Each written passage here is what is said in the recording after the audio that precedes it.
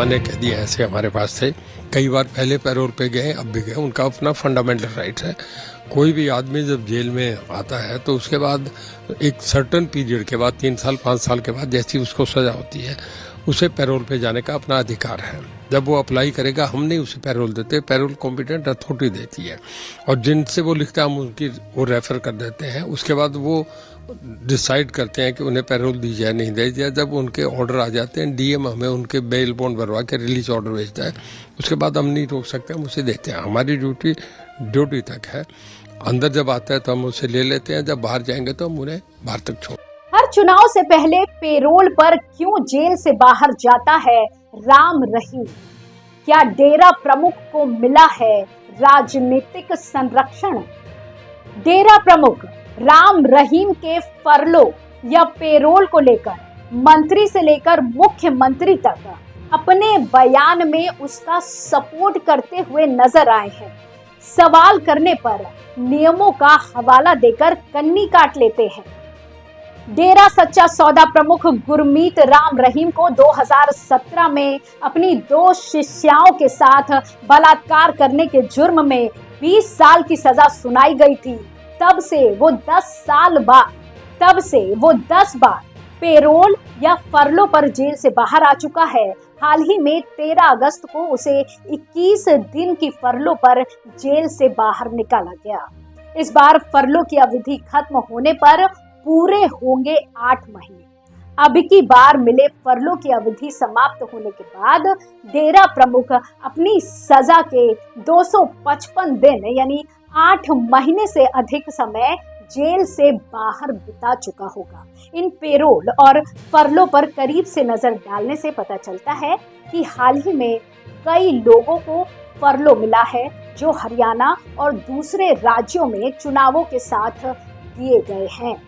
गुरमीत राम रहीम को हाल ही में फरलो हरियाणा में 1 अक्टूबर को होने वाले विधानसभा चुनावों से कुछ हफ्ते पहले दिया गया है। पंजाब विधानसभा चुनाव के पूर्व मिला पैरोल। 2022 में डेरा प्रमुख को 3 बार जेल से रिहा करके बाहर लाया गया। सबसे पहले फरवरी 2022 की शुरुआत में 21 दिन की राहत दी गई। ये राहत पंजाब विधानसभा चुनाव होने से कुछ हफ्ते पहले दी गई। आम आदमी पार्टी पंजाब में 92 सीटें जीतने में कामयाब रही, जबकि भाजपा को सिर्फ 2 और कांग्रेस को 18 सीटें मिली। फिर जून में उसको 30 दिन की पेरोल मिली। अब की बार जेल से बाहर उस समय किया गया जब पंचायत चुनाव नजदीक थे, लेकिन इस कदम से लोगों की भौहें तन गई। हालांकि अब की बार उसको उत्तर प्रदेश के बागपत स्थित उसके आश्रम तक ही सीमित रहने को कहा गया। लेकिन रोहतक जिले में राम रहीम के ऑनलाइन सत्संग ने हलचल मचा दी जब भाजपा नेता और करनाल की पूर्व मेयर रेणु बाला गुप्ता को वर्चुअली उसका आशीर्वाद लेते देखा। राजस्थान विधानसभा चुनावों के पूर्व मिला पेरोल। पिछले साल जुलाई में डेरा प्रमुख को 30 दिन की पेरोल मिली। इस समय राज्य में कुछ हिस्सों में पंचायत चुनाव होने थे। फिर नवंबर 2023 में 21 दिन के फरलो पर बाहर आया। ये तब हुआ जब राजस्थान में विधानसभा चुनाव होने थे। राजस्थान में डेरा का काफी प्रभाव माना जाता है। इस साल जनवरी में राजस्थान विधानसभा चुनाव से कुछ महीने पहले उसे 50 दिन की पेरोल पर रिहा किया गया। क्या राम रहीम को मिला है राजनीतिक संरक्षण?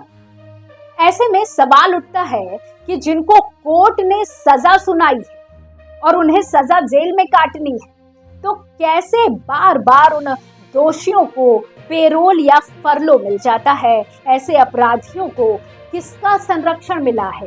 क्या उन्हें चुनाव प्रभावित करने के लिए जेल से बाहर लाया जाता है?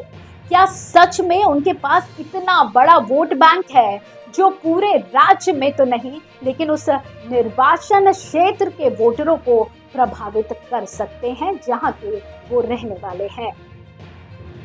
सिरसा में है डेरा का हेडक्वार्टर। हरियाणा के जेल मंत्री रणजीत सिंह चौटाला, जो रानिया विधानसभा सीट को बरकरार रखने के लिए विधानसभा चुनाव लड़ सकते हैं, रानिया विधानसभा क्षेत्र सिरसा जिले का हिस्सा है। इसी जिले में डेरा सच्चा सौदा का हेडक्वार्टर है। रिहाई पर रणजीत सिंह देते रहे तर्क। जनवरी 2024 में जब राम रहीम को रिहा किया गया था, तब रणजीत सिंह ने कहा था कि जेल मैनुअल के मुताबिक किसी भी कैदी को 70 दिन की पेरोल और 30 दिन की फरलो दी जाती है। फरलो एक बार दी जाती है, पेरोल 2 बार मिल सकती है। ये कैदी की मर्जी पर निर्भर करता है। हरियाणा की जेलों में 23 से 24 हजार कैदी हैं और सभी पर एक ही नियम लागू होता है। 7 साल की सजा काट चुके कैदी जिला मजिस्ट्रेट के माध्यम से आवेदन कर सकते हैं। जो 7 साल से ज्यादा की सजा काट चुके हैं, उनका मामला डिविजनल कमिश्नर के पास जाता है। मनोहर लाल खट्टर भी करते रहे हैं तरफदारी। पिछले साल मनोहर लाल खट्टर से जब इस मुद्दे पर पूछा गया, तो उन्होंने नियमों का हवाला देते हुए कहा था कि अगर उन्हें पेरोल मिली है तो सभी प्रक्रियाओं का पालन करने के बाद ही मिली हो और ये उनका अधिकार है। सभी दोषी नियमों के अनुसार पेरोल के लिए आवेदन करते हैं। अगर नियम अनुमति देते हैं तो उन्हें पेरोल मिलती है, अगर नियम अनुमति नहीं देते हैं तो उन्हें पेरोल नहीं। राम रहीम के बेटे के ससुर हरमिंदर जस्सी 3 बार कांग्रेस से विधायक रहे।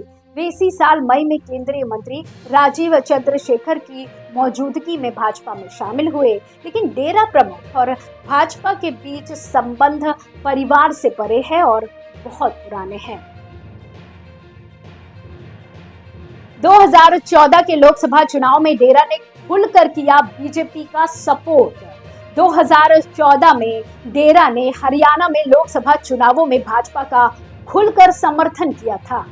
हालांकि पार्टी ने राज्य की 10 संसदीय सीटों में से 7 पर जीत हासिल की, लेकिन वो सिरसा में इंडियन नेशनल लोक दल यानी कि INLD से हार गई। उसी साल बाद में डेरा ने विधानसभा चुनावों में फिर से भाजपा का समर्थन किया और कहा जाता है कि डेरा सच्चा सौदा के सपोर्ट करने की वजह से 2014 में भाजपा की सीटें 4 से बढ़कर 47 पर पहुंच गई।